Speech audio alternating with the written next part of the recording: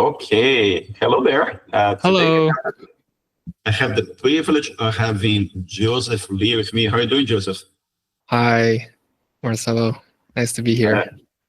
Pleasure to have you here. So it's a Monday night, and thank you for taking time to speak with me. Of course. So it's 6:11 p.m. So instead of enjoying your evening, so you're here speaking with me. So that's greatly appreciated. And Joseph, can you give us a brief introduction about yourself or what do you do today? Hi. Yeah, my name is Joseph. I am a software engineer by trade. And I also am a director for a program that Stanford University puts on every year called Code in Place, where we invite tens of thousands of students all around the world to participate in a 6-week intensive program to learn introduction to coding, basically. And we have volunteers from all around the world who join the program as well to teach them and engage and be a part of a huge learning community, perhaps the biggest that we've ever seen at the introductory university level. So yeah, I do that, and I've been involved with Code in Place for the last 4 years, and this will be our 5th year. Code in Place is a play off Shelter in Place, and it started in 2020, back during COVID-19, when everyone had to shelter in place. Professor Chris Peach and Maran Sahami had the idea to, if everyone's at home sheltering in place, why not get everyone to learn how to code together? So I've been a part of that in various capacities, and this year I am a director for that. Fantastic. Yeah. Yeah, we'll be talking a little bit more about that a little bit later here in the program. But before we get there, let's go back in time. Let's go back to how did technology get into your life? Technology. I've always been into, I would say, numbers and math and understanding, or problems that have like a step-by-step solution, essentially. So computing, I guess, came pretty naturally to me. I was very excited about the idea of a program. I remember writing my first for loop, and I was like, wow, this computer is doing a lot of work. And doing some of the first assignments in my programming classes. How technology has come into my life from a young age. I suppose technology is a very broad concept. It can be computers. It can also be, like a kitchen tool. That's like a new technology for cooking. But I would say from a computing standpoint, technology. I suppose just in the various like little science and math competitions and engineering competitions that I participated in, there were the ways to improve upon whatever task I was doing always involved some sort of technology, whether that be like a search engine. I'd go and look up, more details or tutorials on how to do something, or I would use, a better measurement tool if I was doing something engineering based, and things of that sort. So it really made me realize the value of technology and using the right tools to do the right things. Yeah. I was thinking about the for loop you mentioned here. So it's seeing that happening. It's if you think about that, somebody that does not understand programming, and the first time you look into that, it can be intimidating to understand what's happening there, right? So it's kind of interesting. Yeah. And, going back to more like elementary school and high school, did you have exposure to computers and programming when you were at high school or elementary school, or how did that go for you? I would say that in elementary school, my only exposure to programming and computers was maybe playing computer games with my friends and siblings. I didn't really get into computer programming until high school. There was a class, computer science class that I took. But even then, I wasn't very active in the for example, some competitive programming circles that maybe some of my peers were more involved in. But I really, enjoyed putting together the little projects and games. My first programming language was, I think it was using a turtle. I think it's called, Logo. It was called Micro Worlds EX. And I remember I used a turtle to make a maze game. And then in high school, that computer science class was in Java. And then I didn't learn Python until much later. But my first exposure to Python was MIT's OpenCourseWare. They have free resources online, assignments, lectures, problem sets, quizzes, tests, all for free online. And I remember I was working through those on my own in high school, and I was like, oh wow, this is all free and available. It was very inspiring. Yeah, absolutely, that's fantastic. And how was the path from high school to college, university for you? How did you decide what to do and where to go for college and university? Yeah, so I suppose in high school I had more of a engineering slant to my interests, and I still do. And so when I was applying for college, I definitely wanted to do something in the engineering space. I also really enjoyed, tinkering, electronics, Arduino programming, things of that sort. So I applied into the College of Engineering at the University of California at Berkeley. And when I got there, I met a lot of friends who were very computer science oriented. And I was easily influenced into taking a lot of theoretical computer science classes with them, and it was a lot of fun. I think it was, the most fun I had in undergraduate. My undergraduate years was, doing problem sets together on a Thursday night, just working through algorithms problems and bouncing ideas off each other and ordering a pizza and staying up late. So I was engineering, but I also did a double major in, I was material science and engineering, but I did a double major in electrical engineering and computer science, with the idea that I would do some sort of semiconductor electronic materials. But I ended up doing a lot of computer science as well during those years, because a lot of my friends were pure computer science, and whether that be theoretical or applications based. So a large part of my community at Cal was in the CS field. So that's how Very cool.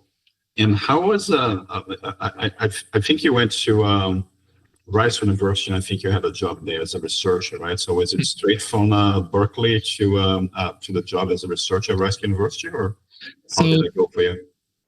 Rice University was a high school research experience where I worked with their material science lab there, with optical characteristics of materials. Yeah. So that was something I worked purely in high school, because I was based in Houston when I grew up. So I think my last year in high school, I only did a half day at the actual school, and then I would leave before lunch, and then I'd go to the lab and stay at the lab until very late. It was a lot of fun there too. Yeah. And so when you finished, did you go straight from Berkeley to your first job, or what was your first job? Yeah, so I did an internship with a subsidiary of Intel while I was at Berkeley. It was a sort of a embedded software firm that was working on the software for the Mars rover, software on the Mars rover. And that was really my first 9 to 5. I go in, I work with the team, I have daily stand up, and then I go home. Kind of my first job experience there as an intern. Yeah. And then from there, I started taking classes at San Jose State University, really to help. Like I mentioned before, I was a material science engineer. Yep. So it means I took a lot of material science courses and electrical engineering courses and physics courses in addition to the computer science workload. But I decided to take some one-off graduate level and computer science courses at San Jose State University to really fill the gaps in my understanding. So I took a software engineering course there. I took a couple advanced algorithms, graduate algorithms, some math because I really enjoy math. So I took a matrix theory class there. And then while I was there, someone in my network worked at a startup in Boston called Path AI, and they we were working. I joined them, so that's a spoiler. They were working on a sort of product within the startup, which is a really exciting product that needed someone who was kind of a jack of all trades in the sense that they needed someone who knew, mechanical systems, electrical systems, optical systems, and also how to code. So it was kind of like a perfect match for me. Although that meant that I had to move out to Boston, but I was happy to do so. I was young and had a lot of energy to go and pick up my life. So yeah, that was my first company, my first full-time role, not an intern role. That was Path AI? As Path AI, that's right. Okay. I started in 2019. Path AI is a startup that builds AI-powered tools for digital pathology to improve patient outcomes. So digital pathology as a field, it's a pathologist is a doctor, and think when you get any kind of tissue sample that gets imaged by a doctor, the doctor takes a look at it and maybe needs to make a distinction about a certain disease or whether it's cancerous or non-cancerous. Doctors typically do that currently with a slide under a microscope, and they look very closely, very, very small cells. Yeah. And there's a bajillion cells there. So what we do at Path AI is we build AI models to assist the pathologist's work process, and also provide a streamlined digital viewing experience.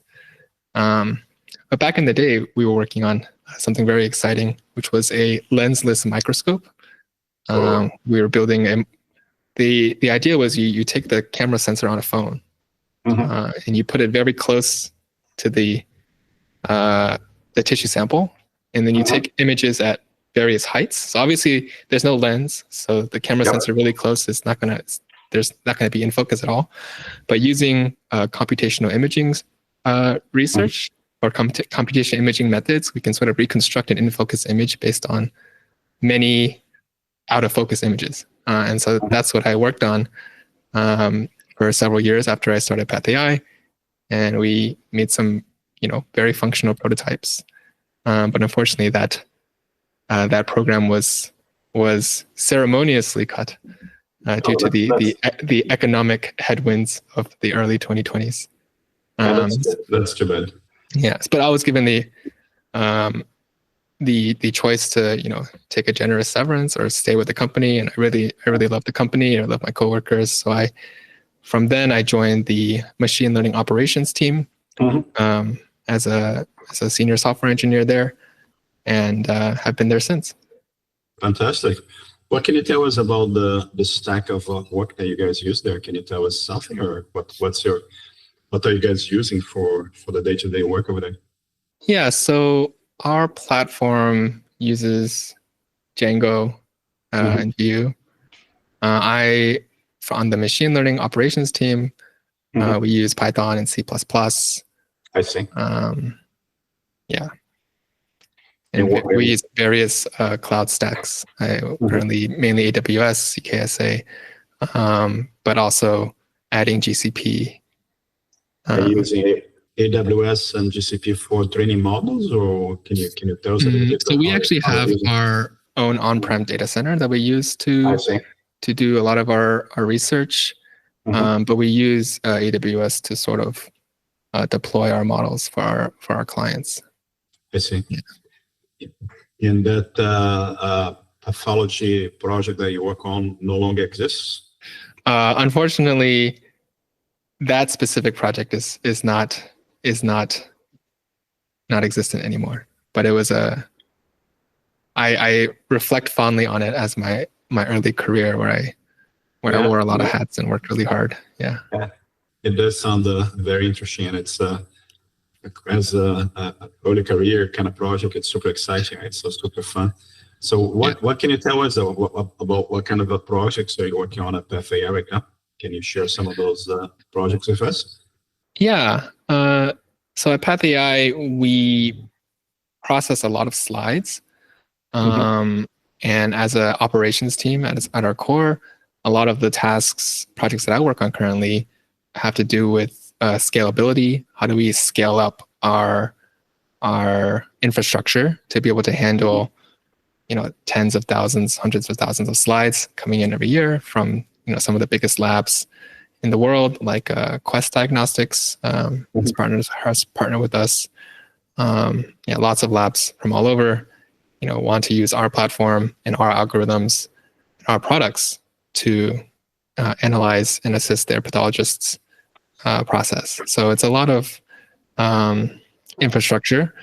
And on the other hand, machine learning operations is really at the core, in my opinion, so we have our Path AI, our product engineering, which is our platform and client facing. We also have our machine learning research team, which is on another vertex of a triangle, that does research on AI products, training better models using cutting edge technology, and they also need the infrastructure and support and the machine learning platform to be able to efficiently conduct that research.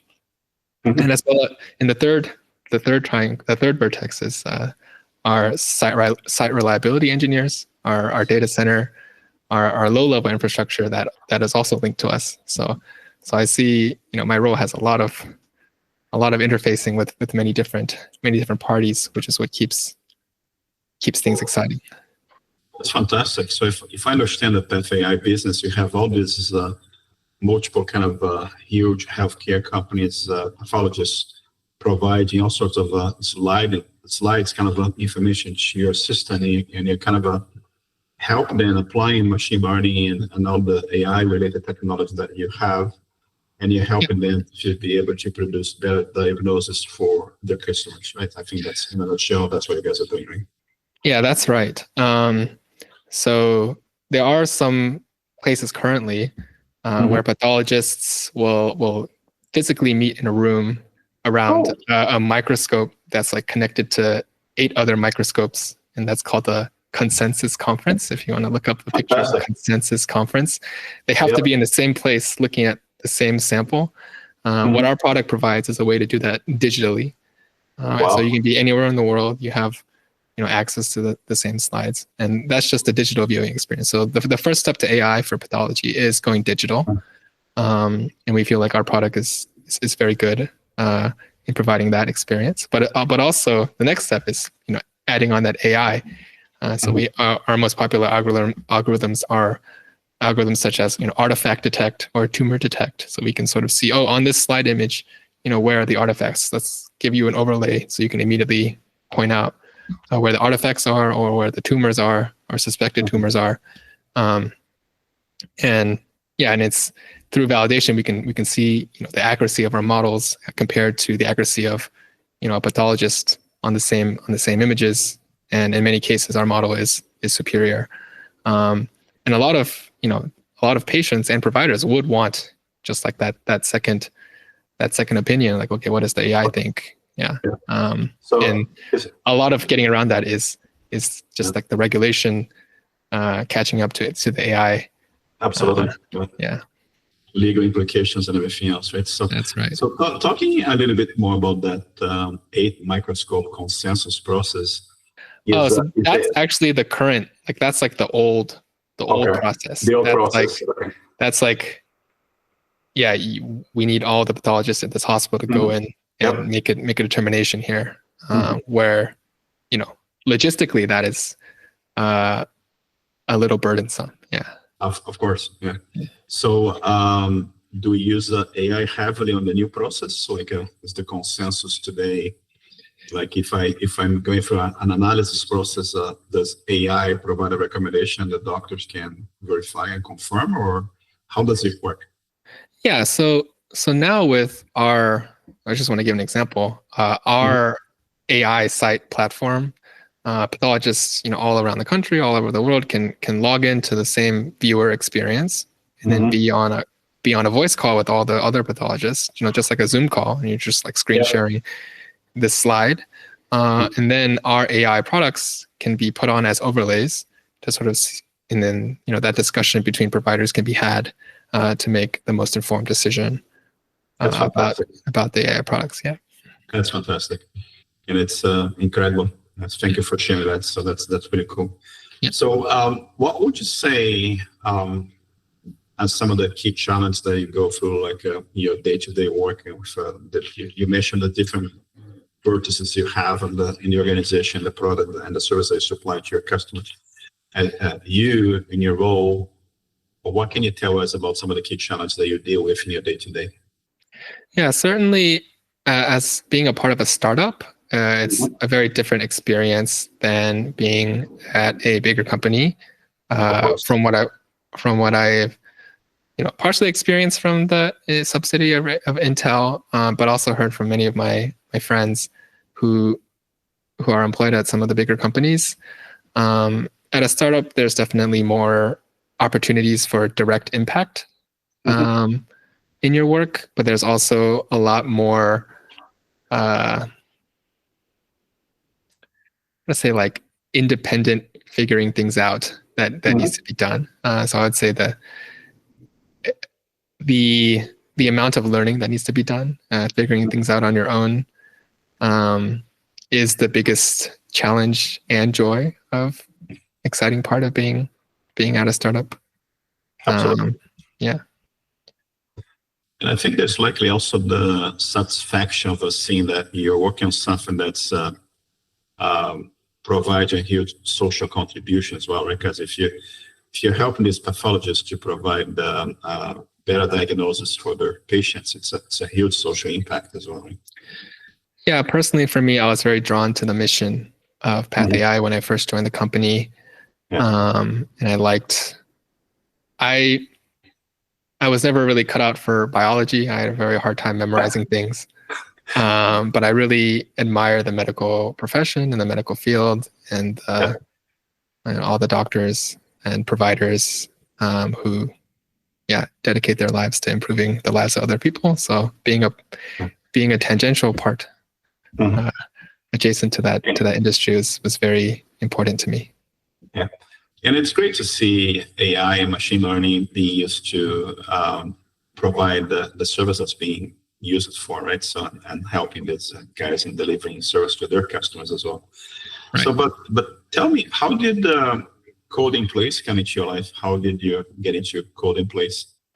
Yeah, so I think I started at Code in Place based on, I don't remember if it was an email or a LinkedIn post that I saw, and it was just like looking for volunteers to teach coding. And I am very passionate about teaching. I've been a teacher in various capacities my whole life, whether that be in a structured setting or like in a private tutoring setting, or just like teaching my friends or after school or volunteering. I just love teaching. And I also personally, this is an aside, but I think that if you're able to teach something, it means that you understand it a little better as well. Absolutely. So I saw that opportunity and I was like, oh, wow, I really, this is right up my alley. I was a TA for a EECS course in undergrad. I love to teach. This is introductory Python. Sign me up. So the first year I was a section leader for Code in Place. So, every semester, every year iteration of Code in Place, we have about 700 to 1,000 section leaders, and it's quite a bit. And my cohort of students was around 15 students. So 700 by 15 translates to about 10,000 in that iteration. So yeah, that's how I got involved with it. I had students from all over the world, all different time zones, all there, taking time out of their day and just to learn how to code. The following year, I decided to come back as a section leader, but also took on a little more responsibility as a section leader mentor. So that was, someone who sort of helps a lot of section leaders, especially because many section leaders, this is their first time teaching, and sort of going over how to teach a cohort of students, some pedagogical ideas for how to run your section, get through all the material, answer questions, get everyone involved. So I had a lot of fun sort of guiding the section leaders while also being a section leader myself. That year I think I took on 2 sections, one section and then another section for folks who are hard of hearing. So we added some accessibility considerations to that section. That was my second year. The third year, I joined on as a head TA, which is like head TAs. I guess that was what became of the section leader mentor role, as they're actually hired by Stanford to sort of make sure the course runs smoothly. We have 10,000 students, 700 sections a week.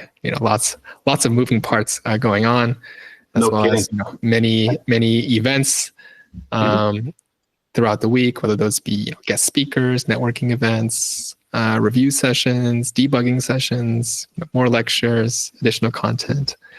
There's lots to do, and lots of people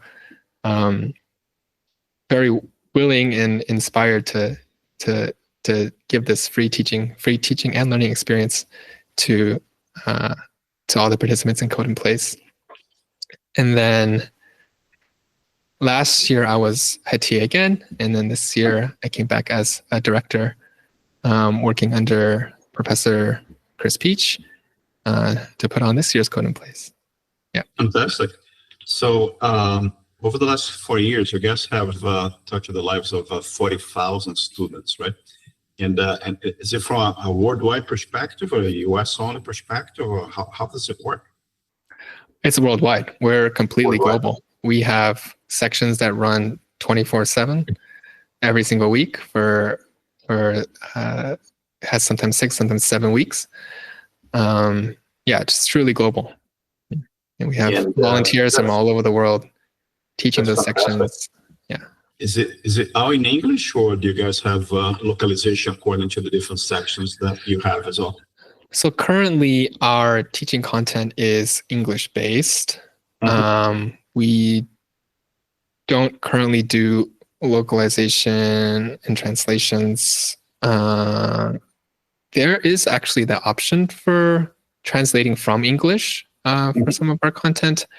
And I am aware of efforts to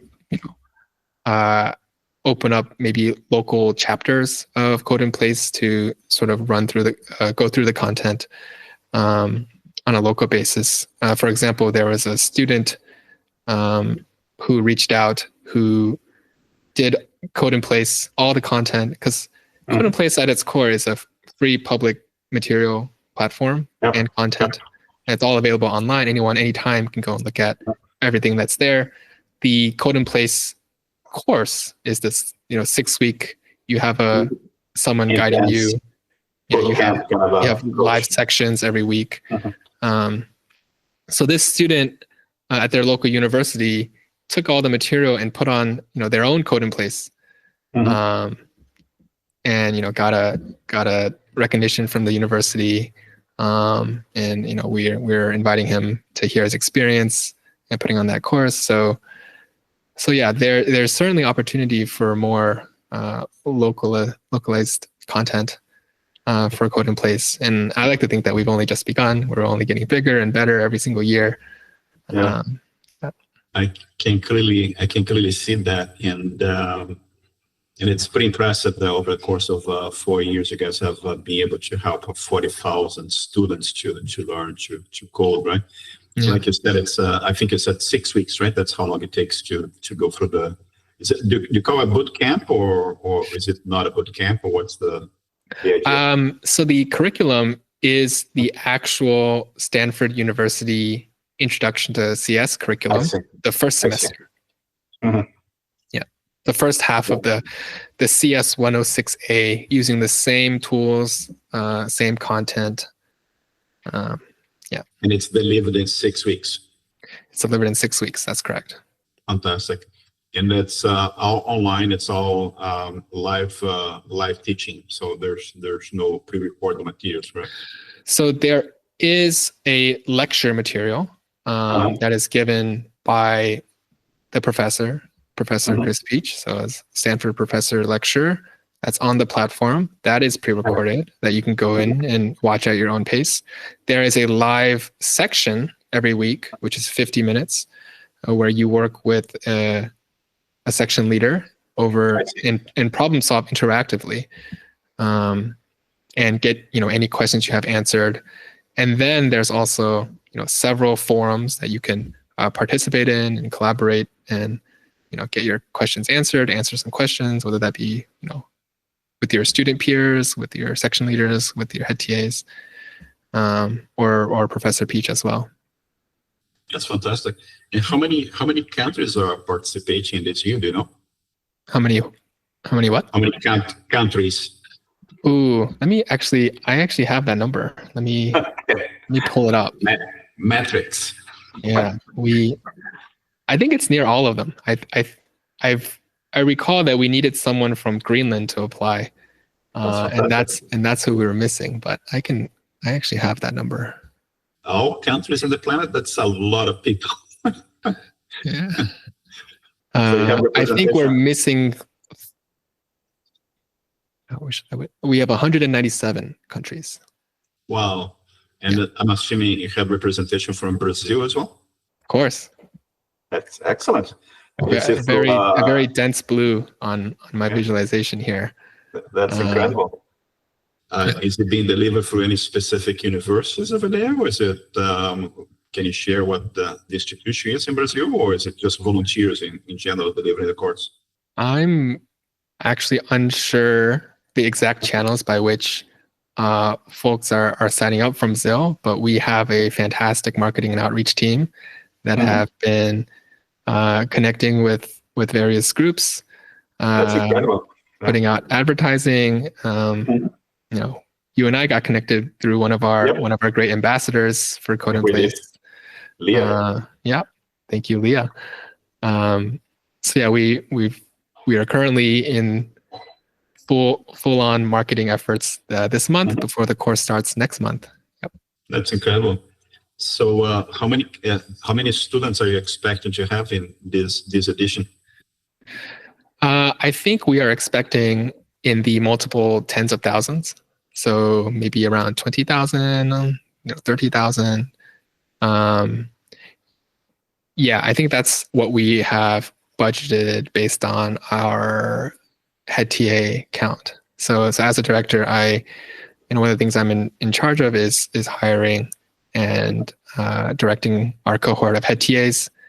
And I want to make sure they are well supported. So if we have way too many, we have a lot of more students than we expect, then we have to get more section leaders, because we want to keep that teacher to student ratio at a level that's most optimal. And definitely would have to hire on more head TAs if that ever became the case. So we're keeping a close eye on our numbers. But I think we're exceeding our expectations for how many That's great. applicants. That's great news. SLs, yeah. And this is all free for the students, right? Completely free, 100% free. That's incredible. That's an incredible gift. And so, and you said it's the introductory computer science course from Stanford, and you guys use Python as the programming language for the work, right? That's correct. Are there any plans for? I'm not sure if that covers any AI kind of work as well, or is it part of the curriculum or not? Yeah, so this is a beginner course in terms of like covering, Python, basic computing principles, Python syntax. But definitely AI is a huge topic of interest, and we incorporate a lot of AI into our platform. For example, one thing that we have is AI-driven feedback based on any bugs that you may have. Every time that your program throws an error, we have a integrated AI that suggests what might be wrong, where you could check to improve your error. I want to go back a bit to I had a thought. So our platform hosts everything. So you don't need your separate IDE. You don't need experience with the terminal. That's all in the platform. And we teach terminal interface as well, included, because that's very important for a software engineer. And one thing I really love about our platform is that it is accessible via mobile as well. So anyone, even all you need is the weakest internet connection, and even just like a handheld device, and you can be a part of this program. And I think that really sort of democratizes the access to this very, personally, very high quality education. That's incredible. That's, like I said, it's a gift to so many people. It's all for free. And one thing I might add is that there are lots of these type of courses out there where you can a lot of people sign up, not a lot of people finish. The attrition rate is I want to say pretty high. Some are some courses only like 5% people finish, or 10% of people make their way to get their certificate. But for us, I think we boast upwards of 60-70%. And it's due to the fact that we have these volunteer section leaders that are in the loop, that are encouraging students, getting their questions answered. And we hold the students to the commitment of showing up every week just for 50 minutes. And then, whenever they want to do any other assignments on their own time, they can do it on their own time. But the time with the section leader, we think is the special sauce for why we've been so successful. No doubt. Because you certainly help, for those who are trying to learn, we have to recognize it's not easy, right? Like you said at the beginning of the conversation here, you still remember the first for loop that you wrote, that put an impression on you, right? So it's like, holy cow, right? Yeah. And for somebody that has never seen programming before, it does look like, what the heck is this, right? So it's something that's certainly not easy to understand. And I think you're absolutely right. The contribution that the teaching assistants or section leaders provide to the students, it's huge, because it really helps them to address any questions they may have. It's incredible. I'm very happy to hear that. And you said 60 to 70% success rate. It's really, really, really fantastic. That's incredible. So I'm going to ask again, because one of the challenges that we have in Brazil specific, because that's where the OsProgramadores is many people don't speak English, right? And so we're trying to encourage people to learn English. We're trying to encourage people to get more and more exposure to English. It's changing. I moved away from Brazil almost 30 years ago. It was pretty not common to have professionals that could speak English. And these days, you're seeing more and more people speak English, and more people finding better jobs working for companies outside of Brazil.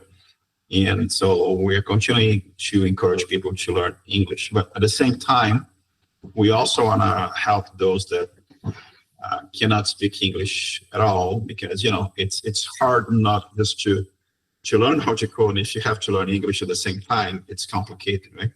So right. I I'll be very interested in hearing about any localization efforts that you guys may have in the future, because I think it's for countries like Brazil, it's going to increase dramatically the amount of people that are going to be joining, because there's certainly a huge demand for learning, right? And it's that's a great point. Yeah, with the platform that you and the way you described it, I think I mentioned at the beginning of the conversation too, we have been helping donating computers to people that don't have computers, right? And you mentioned that your platform allows people to learn from a cell phone, and it doesn't have to be a super powerful cell phone, right? So it doesn't have to be a super powerful internet connection, which is even better. So that's incredible. I can probably sense I'm super excited to hear about this, because I can see the benefits to so many people, not only in Brazil, but so many other places where they need that learning, right? They need the opportunity to learn, the opportunity to be able to open a path on their lives that they don't have that option these days. So super exciting. So I would say that a lot of our students, their English background, has a very wide range from beginning English speakers to native speakers, and we are very into this internationalization effort, and hope to make Code in Place work in any language in the future, for sure. Fantastic. Yeah, that would be fantastic.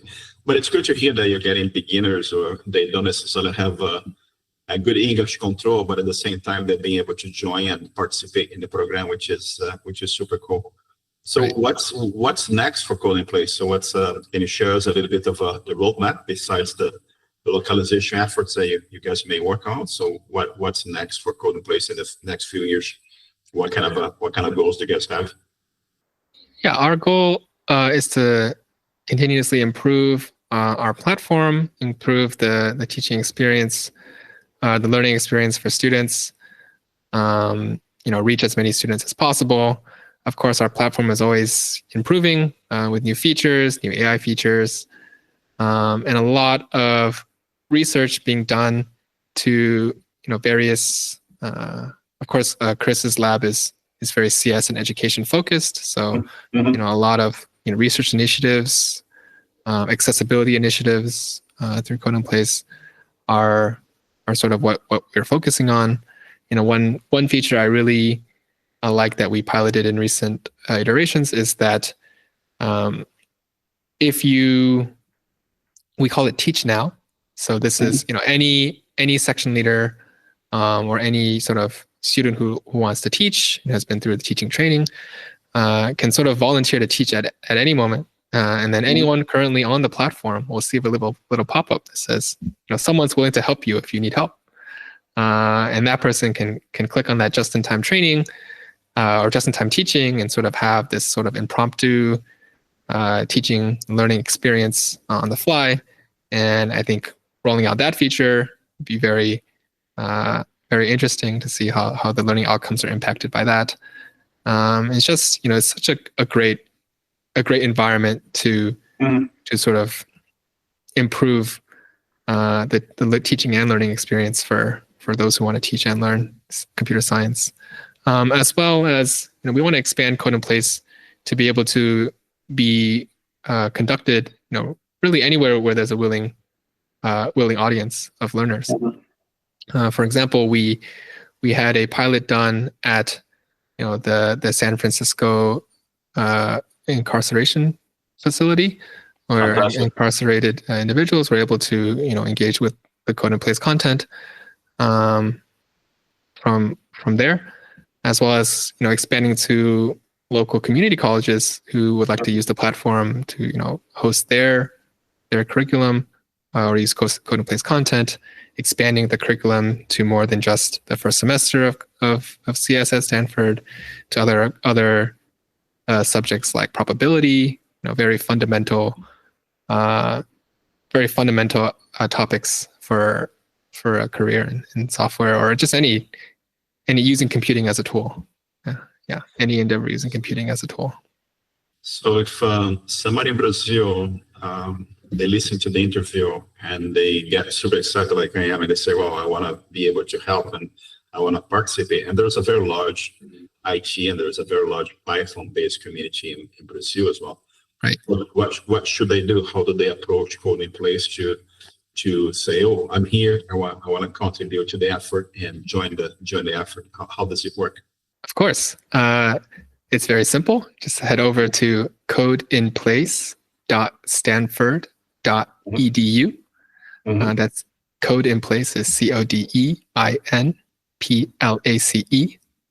Codeinplace.stanford, STANFORD.edu. And you'll see two buttons, one to apply to learn and another to apply to teach. And then from there, you submit an application. We review your application. And then if you're accepted, the class starts on April 21st, which is a little over a month from now. Pretty close. So there's still some time to apply. If you're interested, definitely recommend anyone with any interest in teaching or learning computer science to apply. And even if you already, have learned a different coding language or even have learned Python before, this is definitely a different course, different material. Let's see if we can get some helpers from you from Brazil. So Love it. That'll be exciting. That'll be exciting to some people. So one question that the people who are trying to get into coding keep asking us is AI going to take over, right? So it's AI going to replace programmers, and you're kind of well positioned to provide a good opinion on that topic because you're in the middle of the AI topic, while at the same time you're directing and you have an effort here, huge effort, where you're teaching thousands of people how to code. Right. What would you tell these people? They're asking me or asking the group that we have 4,000 people that we have in the group. They keep asking, what's the future here? Is AI going to control everything, or what should I expect? What would you tell these people? Yeah, so this is a super common question that I've got over the past years. And there's sort of two approaches to think about it. One is, is AI actually going to take the jobs? And the second approach is, what does learning how to code, get you? So going from the second one, I would say that learning computer science is not so much. It is for some people. It's about getting employment, but I would say it's more about learning how to solve problems, learning how to think, learning how to break down problems into smaller ones, and sort of formulate a step-by-step solution, because that's what you're teaching a computer to do. And then this sort of capability will translate to anything that you do, whether that be in the software space or not. And as for whether AI is going to take the jobs, it depends what the jobs are. I would say that the trend that I've seen personally is that a well-equipped software engineer with AI is going to be what the industry wants. Yeah. So I would say that when it comes to very nuanced or more complex systems, AI does not do such a good job. But when it comes to generating ideas, generating sort of like boilerplates or testing, or writing a unit test, I would say that AI has a place there. But that sort of allows software engineers to think more critically about business needs. Absolutely. And I think that what you're saying about the software engineers enabled by AI, I think we're going to be able to take a look at more complex projects, problems that today perhaps are not being able to look at. You just described what Path AI is doing for helping the pathologists, right? So you think about all sorts of complex problems out there that AI can help us resolve in combination with the effort of very smart people as well, right? So it's exciting to see this change and how this is going to evolve as well. And it's incredible to see the impact that coding plays may have in so many people as well. So super exciting. But with that in mind, and thinking that going back through what you told me about, since you wrote your first for loop, and you have been dealing with machine learning, you're dealing with complex. I actually wrote my first for loop on a calculator. It was a TI 83. Texas instrument. Yeah. Super cool. But if you think about those days, and if you think about I realize you don't have 300 years in your career, but it's still you went from for loop in your calculator to dealing with machine learning. You're dealing with complex systems. You're dealing with complex work. You're helping here thousands of people to learn how to code. And you see a lot of interesting technology, right? So you're dealing with cloud computing, you're dealing with infrastructure at scale to support the customer needs that you have. When you look at the future, and I think there's a lot in the future here. Is anything that you're not dealing with today in terms of being technology or being a specific problem that you don't have today, but you'd like to work on that problem at some point in time? Is anything that excites you that you may be interested in working with in the future? Not that you don't have a shortage of problems today. I personally really enjoy the concept of home automation. So like, robotics, sort of voice assistant tools. And I think that technology has a long way to mature. But definitely, if I were to be doing something else, not what I'm currently doing, would have to be something in that space, combining software with the Internet of Things. Something mechatronics, IoT based. Absolutely. With the addition of AI, I think there is something to be done there. I think a lot of I'm not aware currently. I don't think a lot of the voice assistants are fully integrated with like AI because of the. This is just my speculation, because of the hallucinations that AI currently has. But I definitely keeping an eye on that space, because that, I think, everyone hopefully has a home, and that can be improved by technology, I think. And some of the ways that homes are being improved by technology currently, I personally don't think are super useful, but there are other ways that it could be.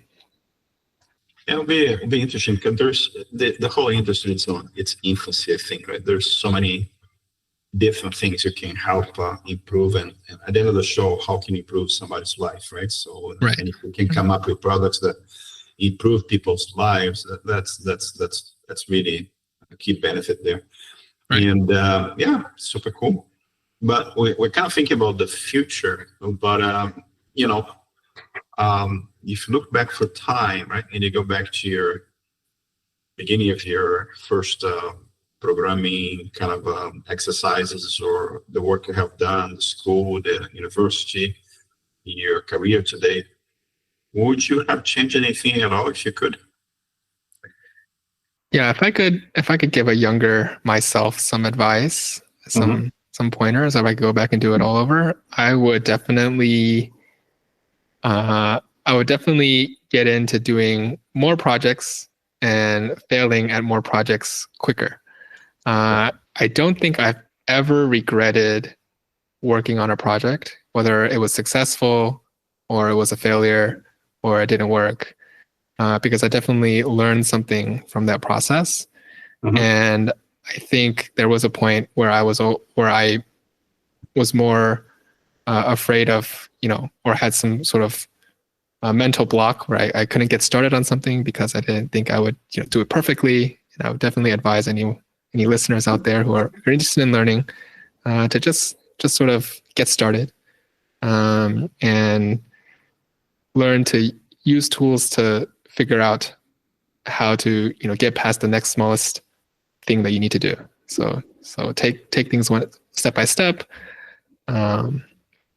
and don't be afraid of failure, because if you're not failing, you're not trying.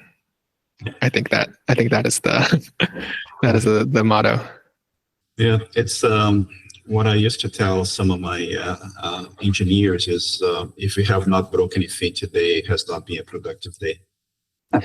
Yeah, I heard from a Netflix engineer that that their preferred way of working is to just like spend a couple days going extremely fast on a prototype, getting something barely functional, and then throwing it all away and doing it again. And that really stuck with me as something that I should I aspire to do more things quicker to get more of the benefits of the doing and the learning of it all. Absolutely. Yeah, it's the learning by doing, right? So which is super important for sure. And I think you're somehow, I think you answered the next question I was going to ask you, because I think I mentioned at the beginning of the conversation here, we're trying to help young adults in Brazil that want to learn to code and want to get into technology. And they have a lot of questions, right? So, and questions that go from, is this for me? Does it have a future? Does it have a future? Is AI going to take the jobs? Or so what do I learn? How do I learn? And what's is it a perfect path for learning? And I think you're if I ask you what kind of recommendations you have for those people, that's exactly what you just told me. And try something. I would say, yeah, find something that you want to improve about your life with technology, or some sort of project that you're passionate about. One example I can give is I am an avid chess player.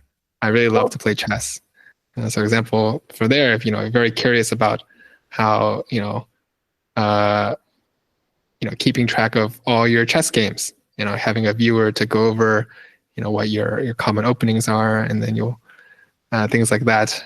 And that involves data, and involves crunching data, storing data, all things that will come up again over and over again in a software engineer career.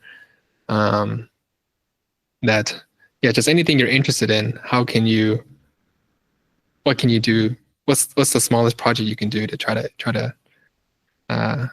in that area? That's fantastic. Yeah, that's a great recommendation.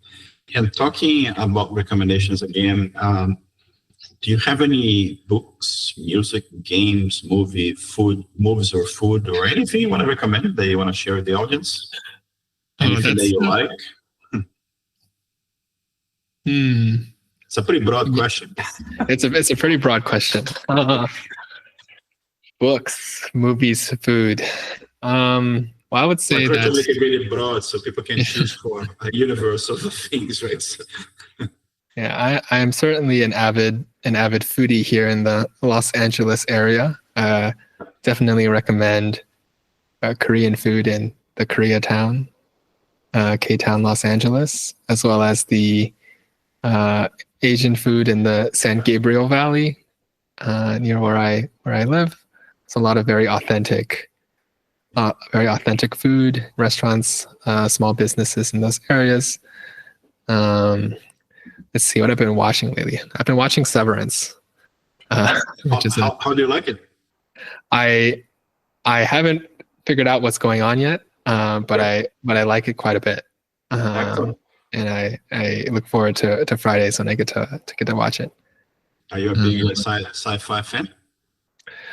I enjoy sci-fi. Yes. Did you watch Silo? I have not watched Silo. I think most recently before Severance, I watched Dune, the movie. Yeah. I really like Dune. Looking forward to the next installment. I recommend Silo. It was a good show. Silo, Silo.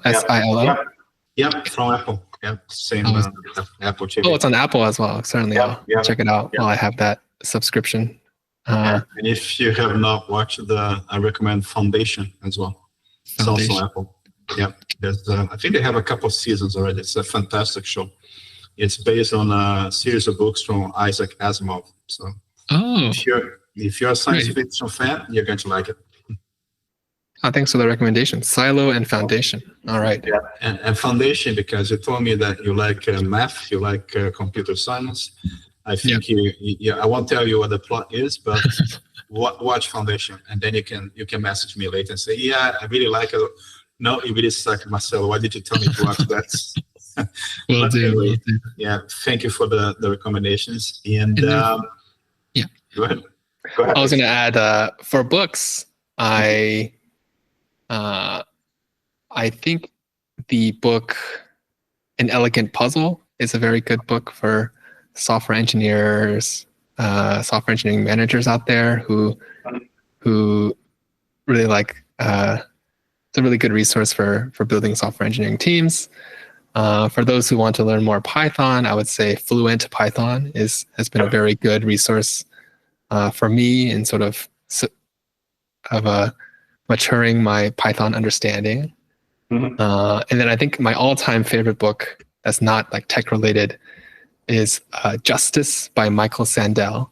And it's a book that covers a lot of ethical and philosophical discussions, starting with the very popular trolley problem. Mm-hmm. So I would say that is a book that I've revisited many times in my life, just to give me a perspective on different sorts of. It's called Justice: What's the Right Thing to Do, by Michael Sandel, and it follows an introductory philosophy course from Professor Sandel, who's at Harvard. Super cool. Yeah. And Joseph, we have been talking here for close to an hour. Oh wow, time flies. I hope you had a good time, because I did have a good time. So I had a good time. Went by pretty quickly. Question that I have is, are there any questions that I did not ask and that you wish I had asked? No, I think you covered the gamut, ran the gamut. Cool, very cool. Yeah. And close to the end here, anything you'd like to share, like contact information, LinkedIn page, or anything else? Yeah. You can visit Code in Place at codeinplace.stanford.edu. Mm-hmm. My information is on the Teams page there. I have a personal website that is just my name. It's josephL.ee. That is the domain. Fantastic. So, and if anyone has any questions, feel free to reach out. I will try to get to it, but sometimes it gets lost. Don't feel bad if I don't respond, please.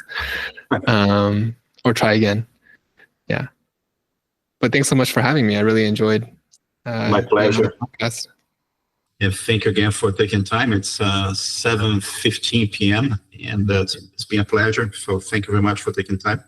And stay with me for a couple of minutes. I'm just going to stop recording, then we'll speak a little bit more. Will do. Give me 1 second. Let me turn off this recording feature here.